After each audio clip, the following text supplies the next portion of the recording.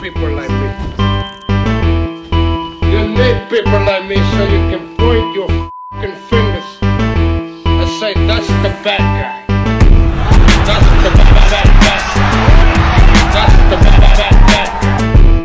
That's the bad guy. That's the bad guy.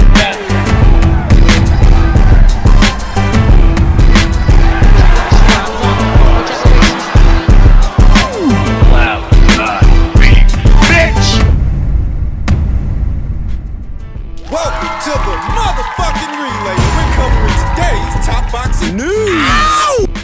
Okay, we'll start with this. The boys are all weighed in and all systems are go. For tomorrow night's big Showtime card, Where Isaac Cruz is going to be taking on seasoned journeyman Yuriorkis Gamboa. Both boys are coming off of losses. Isaac Cruz is coming off that decision loss to Gervonta Davis in his last fight. Yuriorkis Gamboa, he's coming off of 2 back-to-back losses. one to Gervonta Davis and another to Devin Haney in his last fight. I don't have a lot of thoughts on this matchup. Don't have a horse in the race. I'm not invested. The logical choice is Isaac Cruz. Isaac Cruz is a more prolific puncher and a more consistent. His pressure is more consistent than, say, Gervonta Davis. Gervonta Davis is known in some circles as a puncher. How big a puncher? Well, that depends on who you ask, but that's his reputation. He's got the reputation for being a puncher, though he's not a volume puncher. He's not an activity guy. Isaac Cruz is. Isaac Cruz He's from Mexico City. Mexico City, that's high altitude. That explains Isaac Cruz's gas tank and his work rate. He's your according-to-oil Mexican pressure fighter. Isaac Cruz, who's got a bit of a peekaboo style, something similar to what you used to see in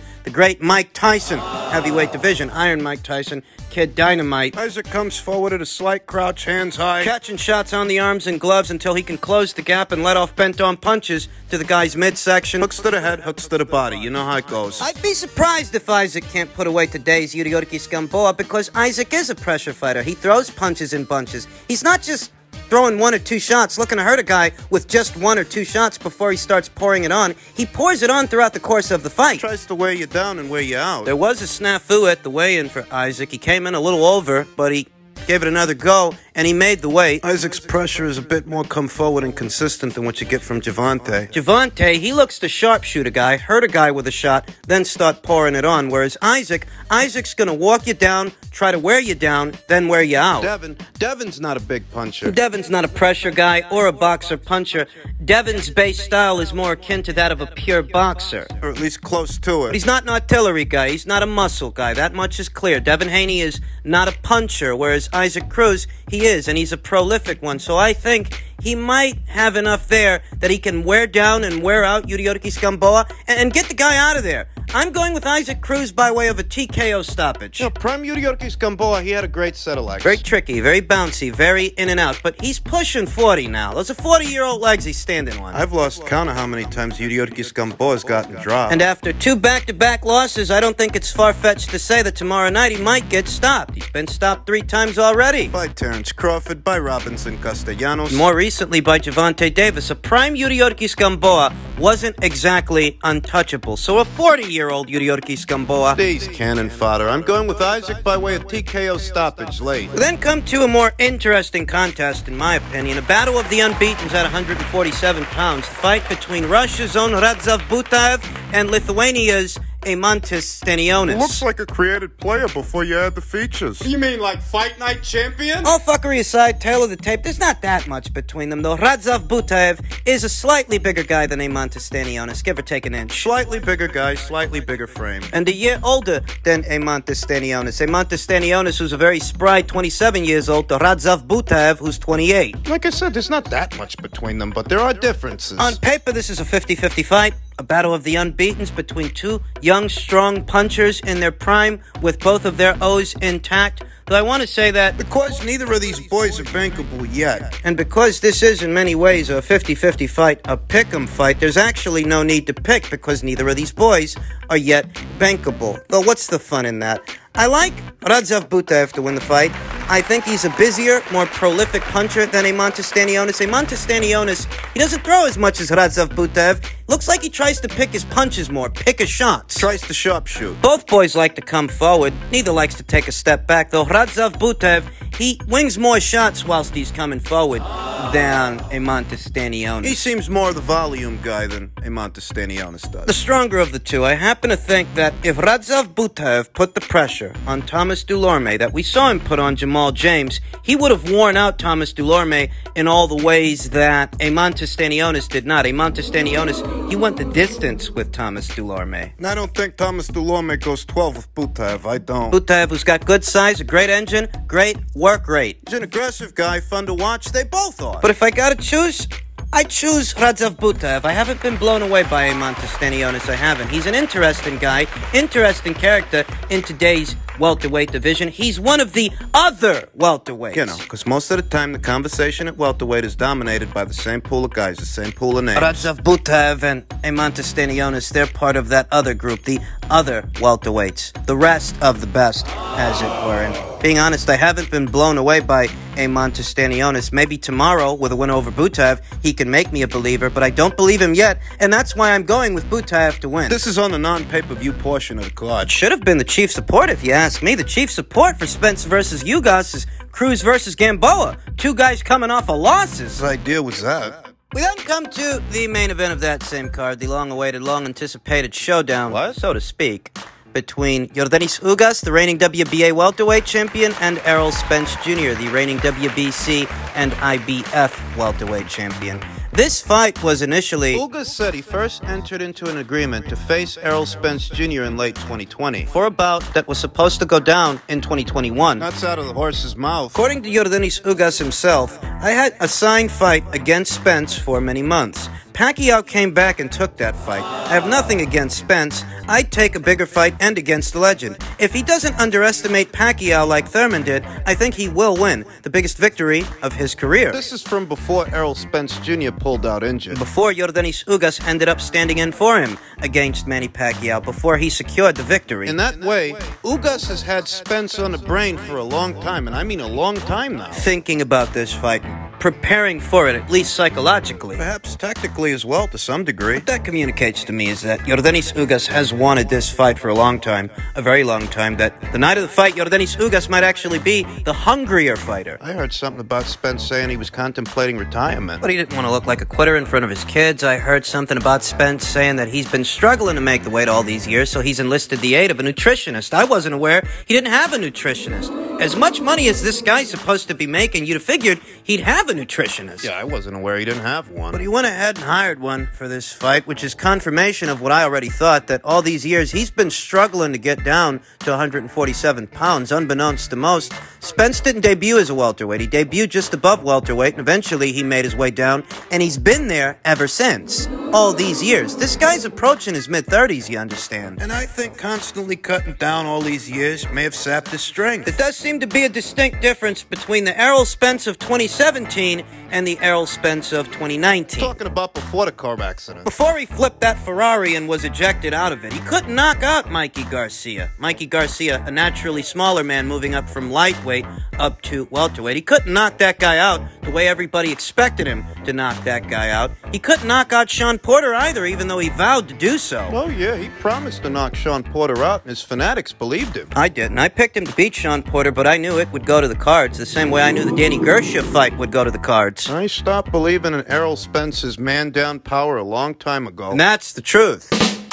Pun intended. I mean, why would he be able to knock those guys out when he couldn't knock out a lightweight that was moving up in weight? Stands to reason. Too many red flags for me ahead of this fight. Too many red flags for me in association with the reigning unified welterweight champion Errol Spence Jr., who's got ring rust he has to shake off and a surgery, an eye surgery. Kept him out of action the whole of 2021. No, I don't like it, and those are the intangibles. Those are just the intangibles. Opposite the ring is a hungry fighter, a fighter I think is hungrier than Errol Spence Jr., who wants to make a statement. And stylistically, possesses a style that doesn't do Errol Spence's any favors. Talked about that. Yuriorkis Ugas knows he's venturing into Errol Spence Jr. country, so he can't really hope to win on the cards. I mean, he can't hope that the judges are going to do him any favors, or that he's going to get the same consideration that Errol Spence Jr. is going to get in Errol Spence Jr.'s neck of the woods. And we all know the promotion, it's behind Errol Spence Jr. more than it's behind Yordenis Ugas. Ugas can't hope to win a decision.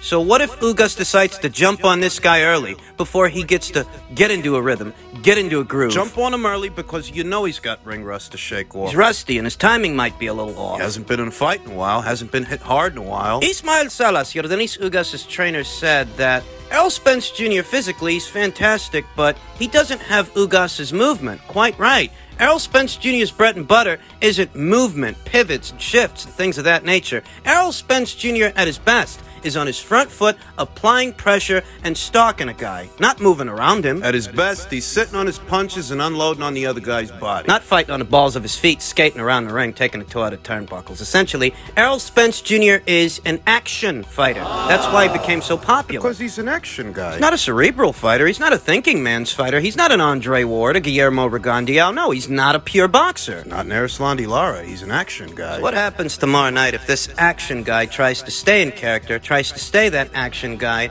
with Yordenis Ugas, who side by side you can see Ugas has a bigger frame. Errol's not a small welterweight, but neither is Yordenis Ugas. You're not just going to muscle him around the way you did Mikey Garcia. This ain't no lightweight moving up in weight. Yordenis Ugas has generous dimensions for a welterweight, the same as Errol Spence Jr., and you'll excuse me for saying so, but that's Errol's claim to fame, the fact that he was a generously proportioned welterweight, generous proportions, decent punching power, good work rate. He's a southpaw. I think he's a good fighter, not a great fighter. I don't think he's a great fighter, and these days I question if he's even solid anymore. Having sat out as long as he's sat out, he's only fought once in the last 2 years, hasn't knocked anybody out in over 3 years. I used to trust Errol a lot more than I do today. Lost a lot of that trust over time, and here today, no, I don't trust him, I don't. Too many red flags. Guy whose foot is halfway out the door. He's been inactive over 12 months. He's coming off a eye surgery, which could be residual injuries from the car accident that derailed him in the first place. Said he's been struggling to make the weight all these years, so he had to hire a nutritionist for this fight. He's no spring chicken. He's 33 years old now. 33 years old. You give me the Errol Spence Jr. that beat Kell Brock. You bring that Errol Spence Jr. here today, and that's a guy I think would beat today's Yordenis Ugas. I'd be confident that that Errol Spence Jr. could beat this guy. But today's Errol Spence Jr.? No, I don't trust him. It would take for Errol Spence Jr. to win this fight to regain some of that trust. And even with that, I've never trusted him to beat Terrence Crawford. This won't sell me. Crawford is pound for pound. Ugas isn't. But it's reached a point to where I'm not even sure Errol's solid enough anymore to beat Yordenis Ugas. So no, I'm not picking him to win. I'm not. I've never bet against him before. But it's reached a point, I think he's let it reach a point, to where he's got to prove me wrong, because I don't trust him anymore. I think Ugas has a better corner than Spence. Ismael Salas, I think Ugas is hungrier than Errol Spence. I think stylistically, Yordenis Ugas has some answers for some of Errol Spence Jr.'s finer qualities. At his best, he's an action guy, a decent-sized volume puncher who just so happens to be a southpaw. Well, Yordenis Ugas, he just boxed a southpaw in his last fight. Pretty well-known one. You want to open up the land shots on this guy's body? This guy's a counter-puncher, and every time you open up, that's an opportunity for him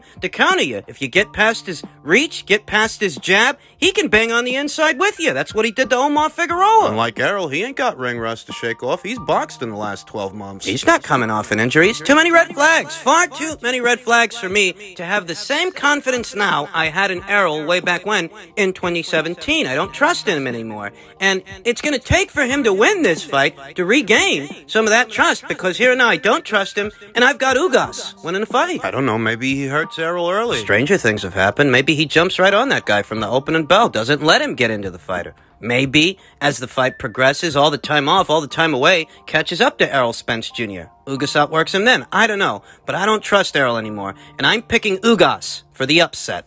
And finally, I'm sure most of you have heard by now, apparently the PBC have pulled Andy Ruiz back into the fray. Andy Ruiz to fight Luis Ortiz next, not Tyrone Spong, due to contract issues. Just as I uploaded my reaction to Luis Ortiz calling him a coward. This news breaks. Apparently, former heavyweight champion Andy Ruiz's fight against Tyrone Spong, which Triller Fight Club announced would take place July 16th in Mexico City, will not proceed as planned. Ruiz, ESPN's number 5 heavyweight, apparently signed a contract to fight Luis Ortiz in a PBC heavyweight bout in late summer before he signed to meet Spong, sources told ESPN. Triller had announced the Ruiz-Spong bout about on Wednesday. Now, Ruiz will move forward with the summer matchup against Ortiz, sources said. About years in the making. We are working amicably with the PBC to make sure Ruiz honors his obligations to both parties. Triller Fight Club president David Tetriol told ESPN, had we known PBC intended for him to fight prior, we would have never chosen this date. We enjoy a good relationship with the PBC, and we are currently working to identify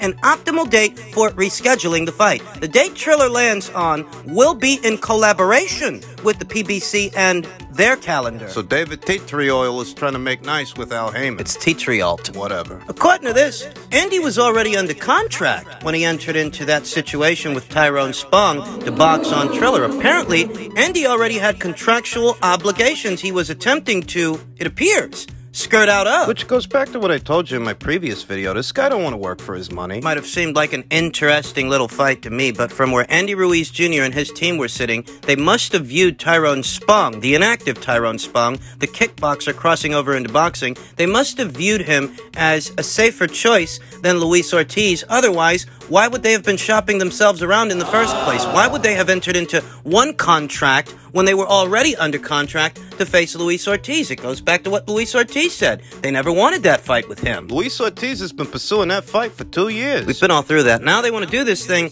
in late summer. And what that essentially means is that Andy Ruiz and Luis Ortiz are set to sit out. Looks like they're set to sit out the first and second quarter of this year. The first 6 months of it. If the plan is to do that fight between them in late summer, what are we talking about? Late July? Late August? What, September? You see the kind of schedule they keep these guys on. Luis Ortiz, he ain't got that kind of time. That's not a luxury for him. I do bet he's breathing a sigh of relief. Andy Ruiz would have skipped out on Luis Ortiz. Luis would have been up the creek without a paddle and nobody to help him row. The PBC's heavyweight stable is thinning. Luis Ortiz has already been in there with their prized heavyweight stallion Deontay Wilder 2 times. Nobody wants to see a third, and nobody wants to see him box Frankie Sanchez. If I'm being honest, I could go the rest of my life never seeing Frankie Sanchez box and wouldn't bat an eyelash over it. Adam Kovnowski's supposed to be in talks to fight Derek Chisora. I vaguely recall hearing something about Robert Helenius being in talks to face Huey Fury on the Sky Sports Boxers side of things. For a heavyweight, options are scarce on PBC Island. This is confirmation of what Team Ortiz thought. The Andy Ruiz Jr. people, they wanted to have other plans and do other things, but they've been pulled back into the fray by way of a contractual agreement they've entered into. But what kind of team does Andy have to where he's already under contract and he jumps into bed with another? What kind of haphazard situation is that? You're under contract. What, you didn't know that? Your team didn't know that? What the hell is going on? Seems to me that Andy wants to leave the reservation. He wanted to leave the island. Everybody else's heavyweight stable is better than the PBC's. Well, almost everybody's. I mean, the people over there at Queensbury, they've got Joe Joyce, they've got Tyson Fury, they might have Joseph Parker as well. They got stuff to do. We know that Matchroom's got a very robust heavyweight stable, a lot of means, a lot of resources, but for those guys on PBC Island, regardless of who wins that fight between Luis Ortiz and Andy Ruiz, what the hell are they going to do after that? There ain't no belts over there to fight for.